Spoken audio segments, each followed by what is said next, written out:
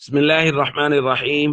عن أبي هريرة رضي الله تعالى عنه قال قال رسول الله صلى الله تعالى عليه وسلم في الحديث: أنا أرجو أن تكون منهم يا أبا بكر. رواہ احمد۔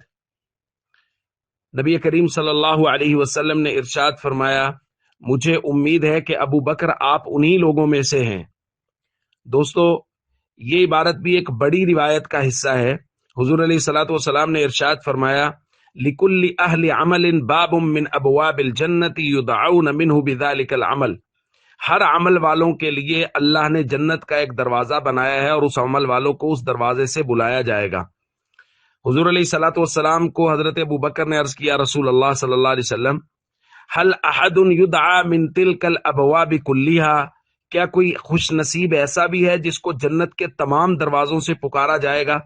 حضور علیہ الصلوۃ والسلام نے ارشاد فرمایا، نعم انا ارجو ان تکون منہم یا ابا بکر، بالکل ابو بکر، اور مجھے امید ہے کہ آپ انہی لوگوں میں سے ہیں جن کو جنت کے 8 دروازوں سے بلایا جائے گا۔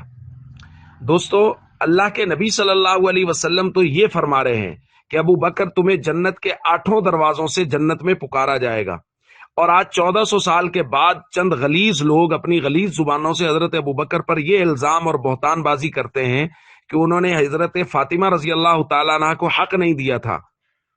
مجھے سمجھائیے، یہ میں اپنے آپ سے اور آپ سے پوچھتا ہوں، جس شخص کی تربیت اللہ کے پاک پیغمبر صلی اللہ علیہ وسلم نے 23 سال کی ہے، یعنی 23 سال حضور علیہ الصلوۃ والسلام کے ساتھ رہے، بالغ مردوں میں سے سب سے پہلے ایمان قبول کیا، اور بہت سارے اسفار میں سوائے ابو بکر کے حضور کے ساتھ اور کوئی نہیں ہے۔ اگر ابو بکر کی تربیت بھی اللہ کے نبی صلی اللہ علیہ وسلم اتنی نہیں کر سکے کہ پیغمبر کی آنکھیں بند ہونے کے بعد پیغمبر ہی کی بیٹی کا حق کھا گئے، تو پھر بتائیے تربیت کس کی ہوئی؟ پھر امت میں سے کس کو بنا کے گئے اللہ کے نبی صلی اللہ علیہ وسلم؟ تو یہ الزام ابو بکر رضی اللہ تعالیٰ عنہ پر نہیں ہے، یہ الزام سیدھا اللہ کے نبی پر ہے کہ وہ 23 سال میں ابو بکر جیسی شخصیت کی بھی تربیت نہیں کر سکے، تو پھر کس کی تربیت کرنی؟ تو یہ جھوٹ اور بہتان بازیاں ہیں، ان سے ہمیں محفوظ رہنا چاہیے، بچنا چاہیے، اور ہمیں حق سچ سمجھنا چاہیے کہ اللہ کے نبی صلی اللہ علیہ وسلم کیا فرما رہے ہیں۔